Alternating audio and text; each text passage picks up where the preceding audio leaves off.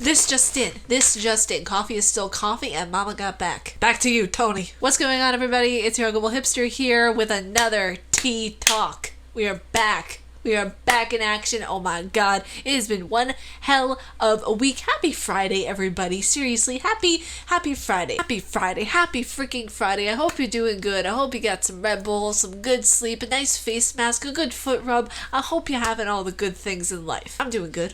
I'm doing good. I'm doing real good, as a matter of fact. And we are just going to be discussing purely E3 goodies today. There is a little bit of YouTube stuff that's going on. Don't know if I should save it for my other channel because it's Jaclyn Hill related and I don't want to cause a big old controversy up in here. So we're going to leave that video to my vlogging channel, lifestyle channel. So if you guys want to check that out, go to my other channel. I will leave a link at the end of this video. But yeah, let's just, as Philip DeFranco says, let's just jump into it. I need a sip of coffee before this. E3 was crazy. Like, it was so much fun to watch. I cannot wait to go there next year, by the way. Just saying, I'll go in there next year. Hella. E3 this year has to have been one of the funniest and one of the most fangirlish, I would say, for me at least, because not only did you have Keanu Reeves there, but you got Shinji Mikami and his creative director. Now that, oh god, okay, I'm getting way ahead of myself right now, so let's start with the first day. I'm getting ahead of myself. Let's go in order. Let's just, because there's a lot of notes that I took. There's a lot of things I'm going to be mentioning in this video. I hope, oh gosh, post-production me is going to have a nightmare. So you guys like Ori and the Blind Forest, right? You guys like that game. Honestly, I hope you guys like that game. It was a really freaking beautiful game. Absolutely loved it. And as you guys know, E3 last year, they announced Ori and the Will of Wisps. They did not give a definitive date. This year, they gave us a definitive date. This year, they did something good. And Ori and the Will of Wisps will be out February 11th of 2020. I'm so excited. I am so freaking excited. I cannot even wait to play Ori and the Will of Wisps. There are so many amazing games that are coming this year. The Blair Witch movie is getting turned into a game. Who'd have thunk? I'm really excited for that. When I saw the trailer at first, I thought it was going to be another Outlast game. It was giving me major Outlast vibes. Let me know down in the comments below. Did you guys think it was an Outlast game at first? Because that's what I thought. It's already up for pre-order on Xbox One, and I am so tempted to pre-order it. It doesn't come out until August 30th, I believe, but it's already up there for pre-order. I don't know. Should I get it? Should I just dive in? Should I just jump right into it? Should I just get it? It's crazy, honestly, to think that the Blair Witch Project, one of my favorite movies, which I thought was real. Oh god, yes, I'm that stupid. I mean, you know, not all the time, but this one time, you know, I was stupid. I thought it was real. I thought teenagers, actually, not teenagers, they looked like around my age now in their mid to late 20s. I thought that they were, you know, 20-some-year-olds going into a forest being stupid and carrying a camera and documenting something. I mean, you know, this is probably the movie that gave Logan Paul the idea to go to the Gokigahara forest, but you know, I can never be sure. I'm a savage, you are average, I'm a beast, I'm going wild. With the Blair Witch Project, it is so iconic. It is the queen of horror. It is the queen, and people might disagree with me on that, it is the queen of suspense.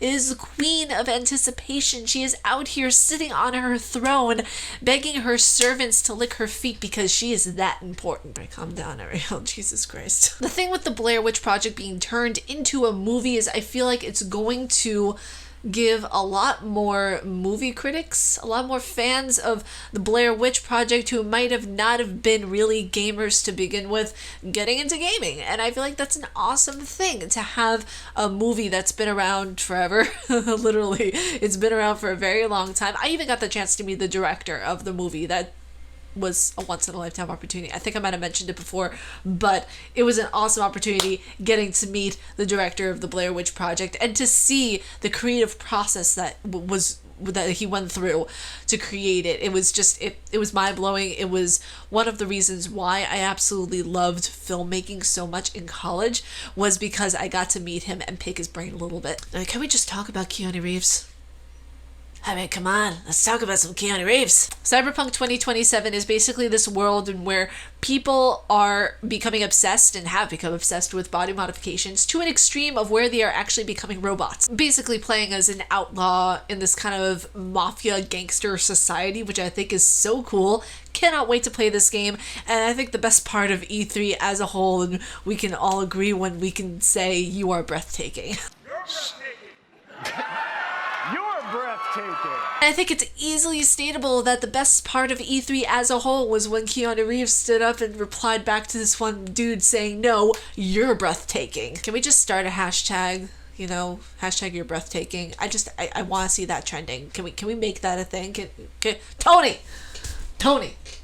can we get hashtag you're breathtaking into a thing? Can we make it a thing? No? Okay, fine. Go get your cannolis. Jesus Christ. Tony had to get his cannolis. I want to see you guys using the hashtag you're breathtaking because, you know, it's a true statement. You are breathtaking. There's a lot of side-scrolling games that were being brought to life in E3, and I really think that's very, very cool. A lot of concepts that I've noticed. It's very unique. And well, okay, let's scratch that. It's not that it's unique, but people are making a bigger deal about it, which I think is really cool. And the concept that I'm talking about is death. And you're probably thinking to yourself, Ariel, death is a concept that is used a lot. It's like one of the main concepts that's used in video games. Why is it any more special now? Because people are finally coming to terms and coming to reality with the fact that death is a part of life. Death is an inevitability. So to make people and to make kids especially comfortable with the idea and the concept of death is really cool, actually, if you think about it, because a lot of people, that's their number one fear. I know it's one of my number one fears,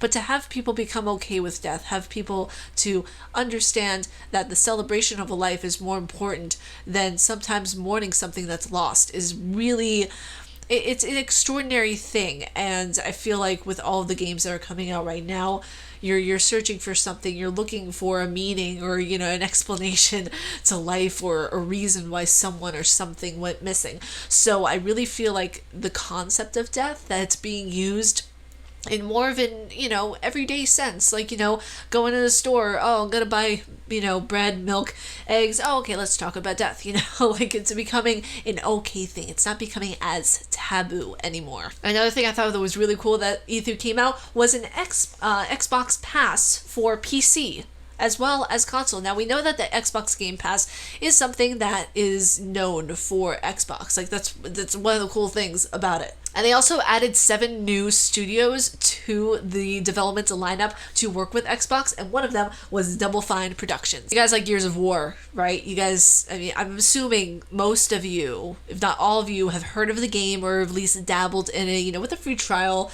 you know, at least played the game once or twice, right? It was last year that they announced Gears of War 4. Now they are announcing Gears of War 5, which, might I add, very awesome trailer that they chose if you guys haven't seen the trailer. Now, when they did the Gears of War 5 trailer, they did the second trailer for the world premiere a little bit differently and very uniquely, of where they kind of made it look like you were involved in the trailer. Like they did the entire setup of the stage, kind of like Gears of War. It gave me very Doom vibes, very Matrix-y kind of vibes. It was very cool, very well done. The stage prep was absolutely awesome, and with the way that they did it, it just went straight in very smoothly. I keep using the word smooth, I don't know why. They went in very nicely to the trailer that was on the screen. Of course, editors, brilliant job. Thank you. And speaking of Doom, are you guys excited? Doom Eternal comes out November 22nd. I am so hyped for this. Not a lot of people actually knew that I was a Doom fan. I've been a Doom fan since I was a little kid. I absolutely love the games. There's Doom Battle Mode. There is all the different things that you can play with Doom. The fact that it comes out this year, I'm still kind of mind blown by. And for all of you Elder Scrolls fans, Elder Scrolls Blades will be coming out on the Nintendo Switch this fall. Now, next up, I was really excited to see Fallout 76. The trailer looks absolutely wonderful. This one is about the Wastelands, and what it basically is that people are coming back to reclaim everything, and it looks almost like a prequel to an extent. And this is going to be free for all Fallout 76 players in the fall. There's a lot, I know, there's a lot of information coming at you all at once, but Bear with me, okay? Just hang tight. Hold on. Now the next part. I was freaking out. I was lit. I was fangirling. I was hyperventilating. I was hyperventilating, okay? Shinji freaking Mikami came to E3. Apologies to all my headphone users, but oh my god. Something was fishy when I saw his Twitter and he was like, oh, the first day, well, I'm paraphrasing right now because I don't remember the tweet exactly, but he said it's along the lines of the first day, went well, production went well. And I'm like, first day of production, what? Are you doing something with the Evil Within? Are you doing something with Resident Evil? What's going on right now? He's announcing a new game, Ghostwire Tokyo. I'm beyond excited. I don't have words. I mean, that's a lot to say considering the fact that I'm speaking a lot of words right now, but I'm very excited. The trailer was absolutely beautiful. Everything looked crisp. Everything looked smooth. It's gonna be the word of the day, smooth. It looked absolutely gorgeous. I mean, he's known for amazing graphic work. And the thing is that his company, Tango Gameworks, is owned by Bethesda. So whenever he is creating these games, he has so many developers, he has so many resources at his fingertips. So it's just so exciting to see this game, to see where it's going to be in just its process and where it's going. Now, I did not see a release date for this. I think they're still in the works with it, which is understandable. I mean, it looks absolutely stunning, Hunty. Looks absolutely stunning. So I don't know if we're going to get exactly a release date this year. I think the release date, now what I'm prophesizing right now, is that they won't release the game probably, or release, a date at least until the next E3. Reason being is that they released the concept. They released their rough draft, so to speak, this year at the E3 conference. So odds are, I don't think they're going to release a date until E3 next year. That's my that's what I'm prophesizing. That's what I think is gonna go down.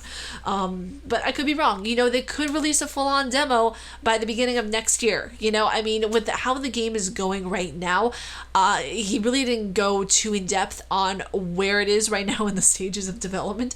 So I know, Mikami likes to keep his things a little bit secret. So whenever we're seeing a game from him, we know it's gonna be stunning, but he doesn't give us a lot to go on unless it's the trailer or unless it's something that is just specifically for the game, but it's really not going to be much. It's always a tease. But nonetheless, I'm excited. I'm looking forward to Ghostwire Tokyo. You can bet your sweet assets I'm going to be playing this game. I'm so excited. And the creative director, don't even get me started on how adorable she was, how kawaii she was. I'm flailing about right now. I'm too excited about this ish, okay? She was adorable. She was everything. To see a female lead creative director on this project, it's everything. I'm excited. Cheers. The next thing I want to discuss that I thought was really, really cool was Orion. Orion was discussed the first day at E3, and it's basically a technology that will improve the existing streaming platforms. It was demoed with Doom at 60 frames per second. And it is not a streaming platform. It just enhances the streams, if that makes sense. Now, don't confuse it for something like Stadia or xCloud. Again, this is not a streaming service. It's just something that helps with streaming platforms. So if you are a streamer using Google Stadia, it will help if you're lagging or if you're, experiencing latency or anything like that. It helps boost your performance and perform at lightning speeds. It will optimize your performance bandwidth. That way you perform 20 to 40% faster. Also, remake of Final Fantasy VII and a Zelda sequel. Just thought I'd throw that in there. As a Zelda fan myself, I am very excited. Breath of the Wild was the first one I ever played, and it changed my life. Now, the sequel of the game for Zelda is called Link's Awakening, and it will be available September 20th of 2019. There's also other games like Borderlands 3, which this time is dealing with more of a cult theme. Again, I mean, we see the cult thing all the time in gaming. It's like roulette, spin. What kind of game are we going to create today, Tom? Oh, a cult theme? Again, are you sure you want to do this? All right.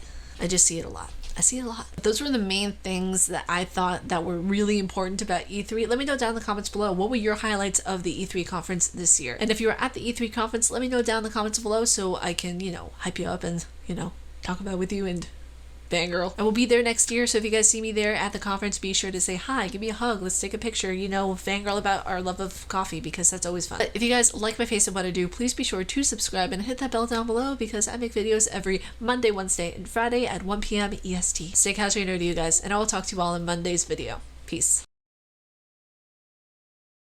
Double Fine Productions. Ooh, they're fine. Double Fine Productions. It was all the notes, really? How many notes did I have? 1, 2, 3, 4. Gasp, I really studied my assets off. Wow. And this just in, Jungkook has abs the size of my head. Goddess of destruction over here. Excusez-moi. This just in, yo mama got back. Hashtag, you're breathtaking. You worked hard for this Friday, so good on you. You deserve that foot rub or whatever you're rubbing. You're doing good. You... Why I can't put that in the video. That's going beyond PG over there. I can't do this. Oh good lord. I'm getting my You guys like Ori and the Blind Forest, right? You guys knew that last year around this time they